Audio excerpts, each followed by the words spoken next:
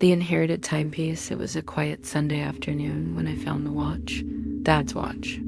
I hadn't seen it in years, but there it was, tucked away in an old wooden box beneath piles of forgotten letters and faded photographs. The watch was simple yet elegant, with a worn leather strap and a silver face scratched by time. But what surprised me most was that the second hand was still moving, ticking steadily as if the watch had been waiting for me to notice. I held it in my hand, feeling a strange warmth, as if time itself was folding around the small device. The watch was more than just a timekeeper. It was a vessel of memories. Dad had worn it every day of his life, from my childhood to the day he passed away. I remembered the way he used to check it when he was about to leave for work, or when he was waiting for me after school. That watch was a silent companion to countless moments, birthdays, holidays, quiet dinners. And now, 10 years after he was gone, it still ticked on. Inside the wooden box, beneath the watch, I found a folded letter in Dad's handwriting. If you're reading this, it means I'm no longer there to tell you this in person, but time. Time is something I wanted to leave you, not just measured in seconds or minutes, but in memories and love. His words echoed in my heart, reminding me that while he was gone, a part of him still lived on through the things he left behind. Over the next few days, I noticed something odd. The watch would tick louder at certain moments, when I was thinking about Dad, or when I was feeling lost and alone.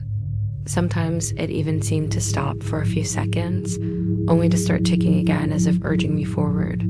It was as if the watch was alive, connected to him in ways I couldn't explain. One night, unable to sleep, I held the watch close and whispered, "Dad, do you hear me?" The ticking grew steady and calm, and in the silence, I imagined his voice answering back, gentle, reassuring. "I'm always here. Time doesn't end with us." It was a comfort I never knew I needed. Curious, I decided to research the watch's origin. It was made by a small family-run company that no longer existed, crafted meticulously decades ago. The watch was said to be special, not just in craftsmanship, but in the way it held the wearer as essence. I began to wonder, was it possible for something as simple as a watch to hold a part of a person's soul? The watch seemed to transport me back through memories, each tick a heartbeat of the past.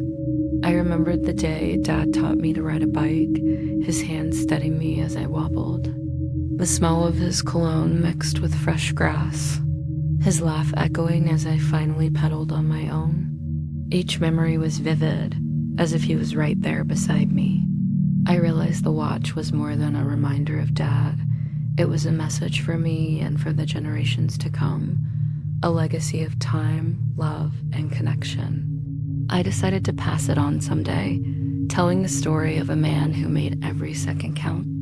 On the 10th anniversary of Dad's passing, I wore the watch to his grave.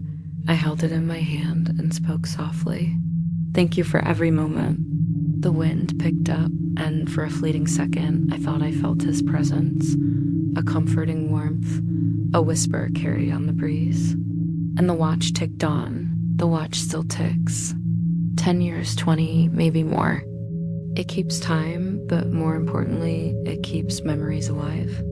Because some things, like a father's love, are timeless.